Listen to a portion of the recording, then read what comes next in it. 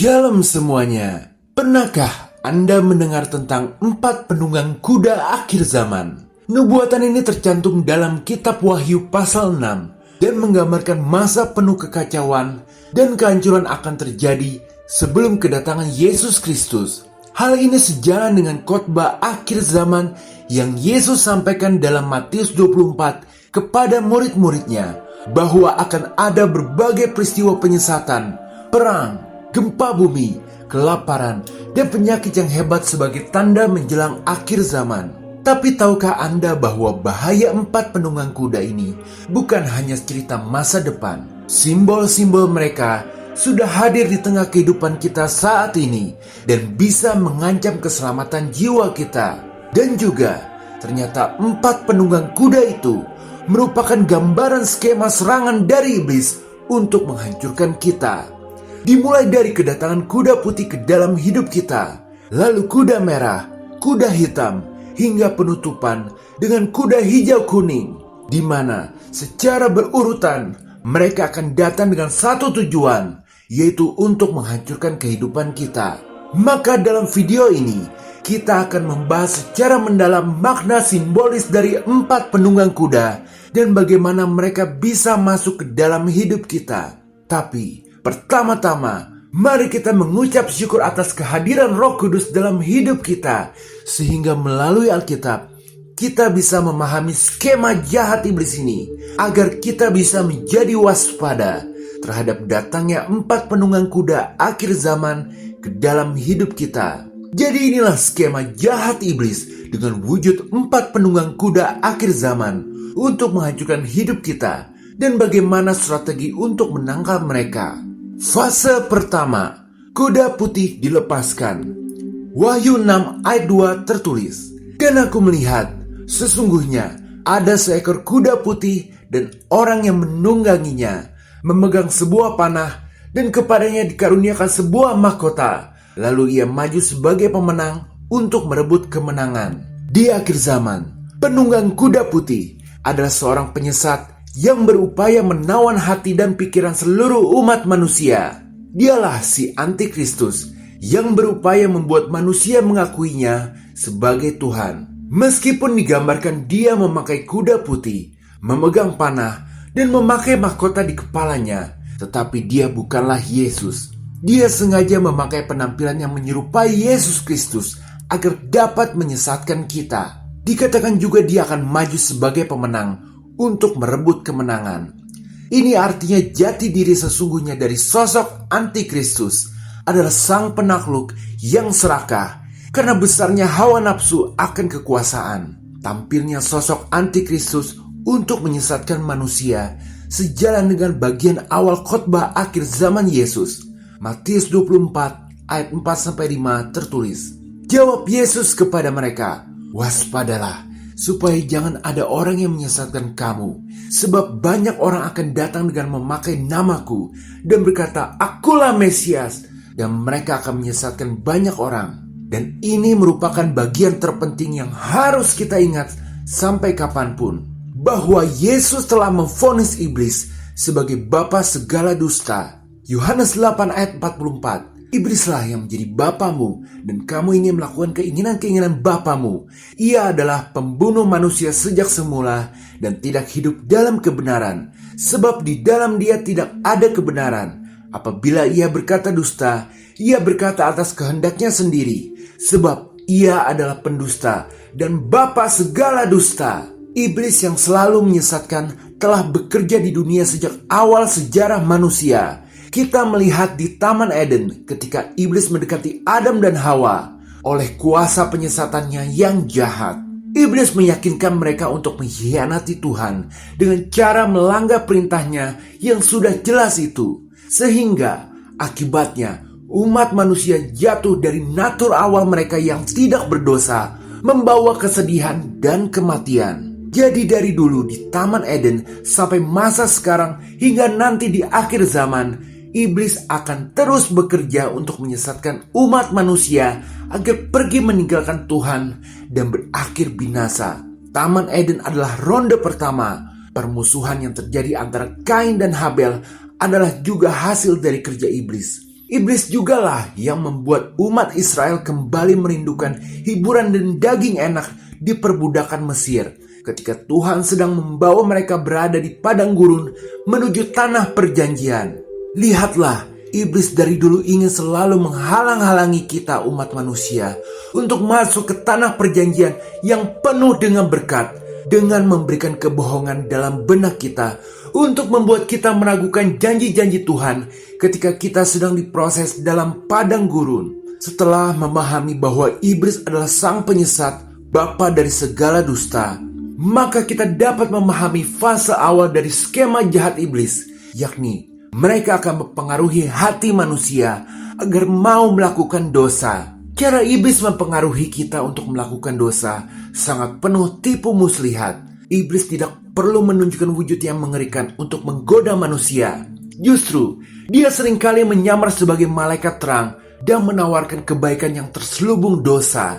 Iblis, sang manipulator ulung, tidak akan terang-terangan mengajak manusia untuk berbuat dosa. Dia menggunakan tipu muslihat dan menyamarkan godaannya dengan cara yang menarik dan menggoda. Iblis menawarkan kesenangan sesaat seperti kenikmatan duniawi, kekayaan, dan kekuasaan yang terlihat menjanjikan kebahagiaan. Iblis membisikkan keraguan dan memanipulasi pikiran kita sehingga kita mempertanyakan kebenaran dan melupakan nilai-nilai moral. Iblis memanfaatkan kelemahan dan kerentanan manusia seperti rasa takut, kesepian, dan keserakahan untuk menjerumuskan kita ke dalam dosa.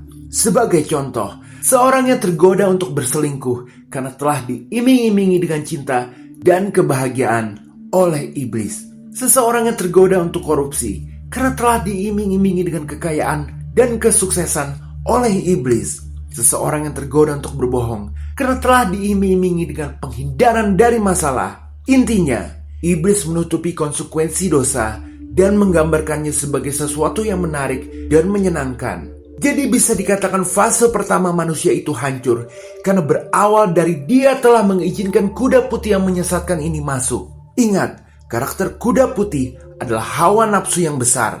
Maka, oleh karena kalah dengan hawa nafsu keserakahan, ia jadinya menuruti iblis untuk melakukan dosa. Untuk kita semua, marilah selalu ingat bahwa iblis licik dan ahli dalam tipu muslihat. Jangan mudah tergoda oleh penampilan luar dan janji-janji manis.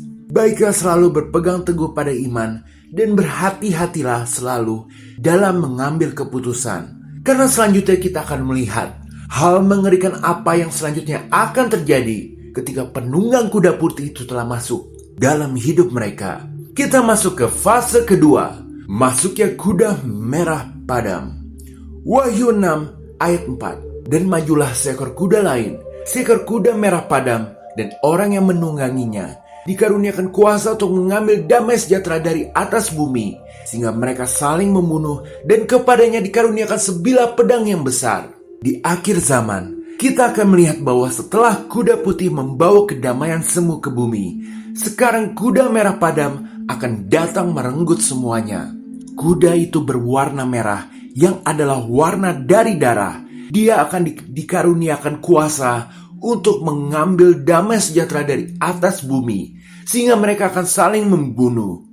Inilah peristiwa perang yang akan banyak terjadi menjelang akhir zaman, sebagaimana yang disampaikan selanjutnya oleh Yesus dalam khotbah akhir zamannya. Matius 24 ayat 6 tertulis, "Kamu akan mendengar deru perang atau kabar-kabar tentang perang. Namun berawas-awaslah, jangan kamu gelisah, sebab semuanya itu harus terjadi, tetapi itu belum kesudahannya." Dengan jelas Alkitab mengajarkan bahwa sejarah manusia seperti yang kita kenal akan berakhir porak-poranda. Karena akan ada banyak perang yang terjadi menjelang akhir zaman. Dan di masa sekarang, jika kuda merah adalah perang, maka inilah fase kedua dari skema jahat iblis, yaitu munculnya konflik dalam hidup manusia. Karena penyebab perang adalah terjadinya konflik yang dipicu oleh kekecewaan. Di mana ada kekecewaan, pasti di situ ada konflik. Konflik yang meningkat akan membuat perang semakin besar. Maka, ketika kuda putih penyesatan itu masuk, Selanjutnya mulai ada konflik-konflik yang dibawa oleh kuda merah ke dalam hidup manusia. Konflik ini muncul akibat dari diabaikannya konsekuensi-konsekuensi dari perbuatan dosa yang dilakukan manusia itu sebelumnya. Senyum iblis terukir lebar saat penyesatan berhasil menjerumuskan manusia di balik tirai ilusi dosa. Konsekuensi yang tersembunyi mulai merayap, siap menerkam dengan kejam. Konflik demi konflik muncul bagaikan badai yang tak terduga. Pertengkaran, perselisihan, dan kebencian mewarnai kehidupan manusia, membakar kedamaian yang dahulu mereka rasakan. Ironisnya, manusia terjebak dalam pusaran ini tak menyadari bahwa akar permasalahannya adalah dosa yang dahulu mereka lakukan. Ibarat efek domino, kebohongan dan manipulasi yang ditanamkan iblis untuk manusia lakukan akan memicu reaksi berantai, membawa kekacauan dan perpecahan dalam kehidupan manusia. Kebohongan memicu ketidakpercayaan. Ketika manusia terjebak dalam kebohongan, kepercayaan antar individu mulai runtuh. Kecurigaan dan prasangka menggantikan rasa saling percaya, memicu perselisihan dan konflik. Manipulasi memicu pertikaian.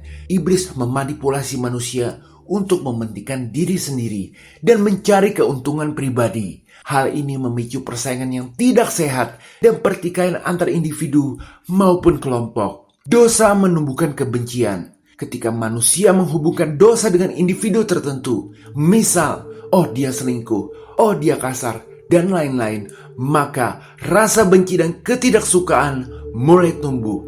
Hal ini memicu permusuhan dan konflik yang berkepanjangan. Intinya manusia seringkali mengabaikan konsekuensi dosa. Mereka terlena dalam kesenangan sesaat tanpa memikirkan dampak jangka panjang. Ketika konsekuensi ini muncul, sudah terlambat untuk mundur. Sudah ada yang terlanjur kecewa. Dan inilah fase kedua dari skema jahat iblis, yaitu konflik dan perang akan berkecamuk dalam hidup orang tersebut. Maka kita melihat orang yang melakukan dosa, cepat atau lambat hidupnya tidak akan tenang karena mulai ada konflik. Tapi apakah ini sudah selesai? Tentu tidak. Karena masih ada 2 kuda lagi yang mau masuk. Sungguh mengerikan ya Tuhan. Sekarang kita masuk ke fase ketiga.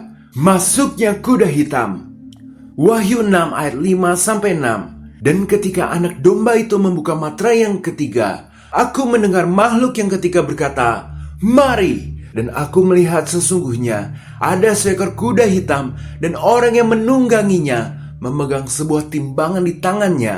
Dan aku mendengar seperti ada suara di tengah-tengah keempat makhluk itu berkata, "Secupak gandum sedinar dan 3 cupak jelai sedinar, tapi janganlah rusakkan minyak dan anggur itu." Di zaman Yohanes yang menulis kitab Wahyu ini, 1 dinar adalah upah 1 hari, dan jumlah itu hanya cukup untuk memberi 1 cupak gandum.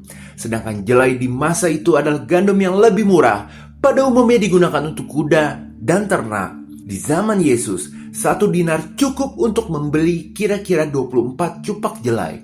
Namun, dalam penglihatan Yohanes, 1 dinar hanya cukup untuk membeli 3 cupak jelai. Jadi kuda hitam berbicara soal bencana kelaparan yang akan melanda umat manusia di akhir zaman. Bayangkan, di masa kelaparan, jelai yang merupakan makanan ternak juga akan digunakan untuk makanan manusia, dan harganya senilai gaji sehari para pekerja, hanya bisa untuk 1 kali makan. Bencana kelaparan yang dibawa oleh kuda hitam ini sejalan dengan lanjutan khotbah akhir zaman yang Yesus sampaikan dalam Matius 24 ayat 7. Sebab bangsa akan bangkit melawan bangsa, dan kerajaan melawan kerajaan.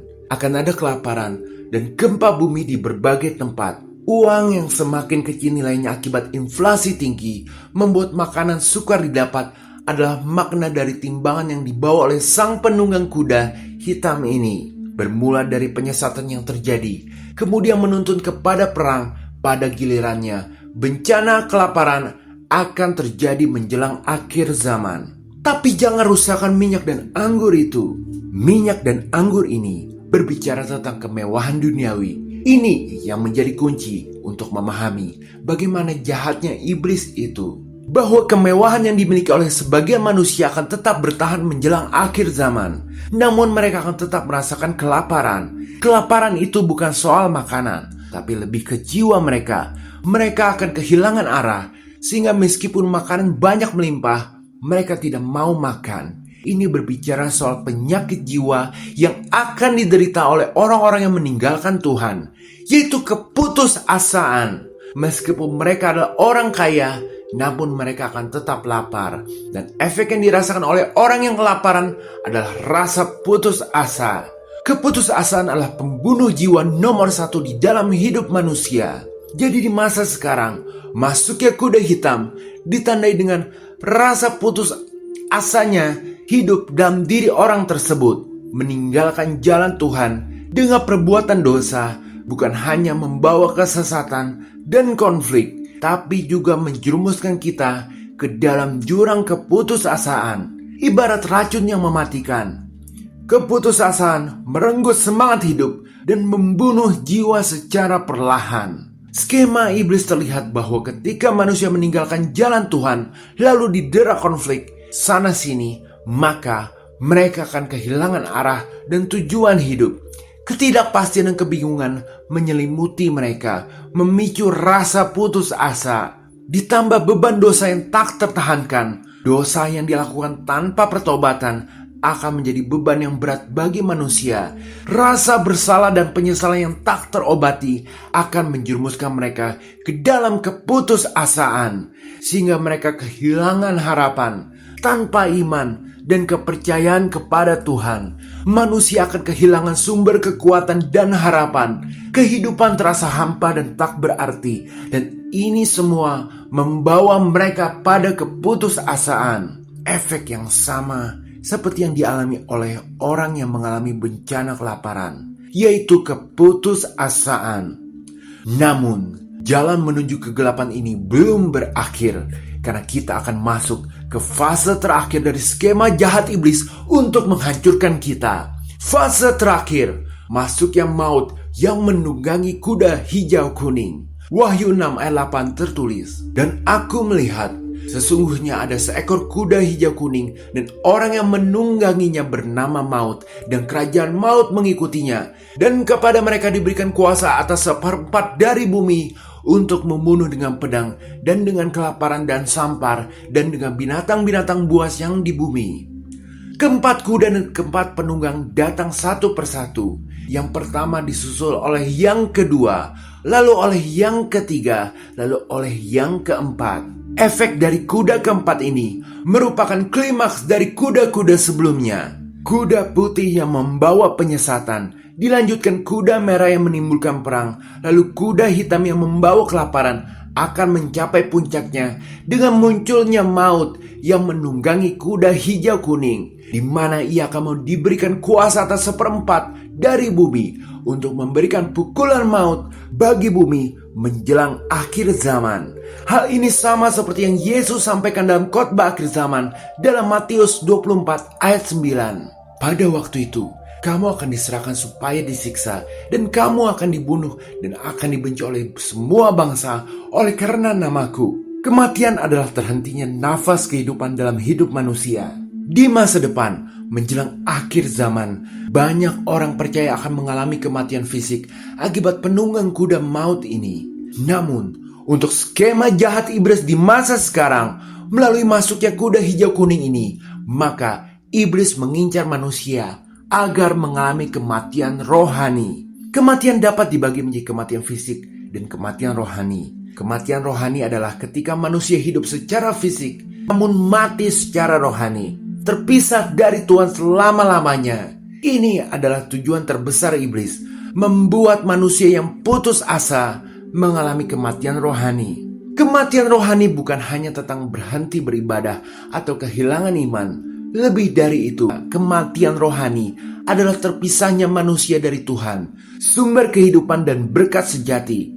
Ibarat zombie, manusia hidup secara fisik, namun mati secara rohani, terjebak dalam kegelapan dan kekosongan selama-lamanya. Inilah tujuan terbesar iblis, menjerumuskan manusia ke dalam keputusasaan dan menghantarkan mereka ke kematian rohani. menjauhkan manusia dari Tuhan. Iblis ingin kita terpisah dari Tuhan dan kehilangan keselamatan.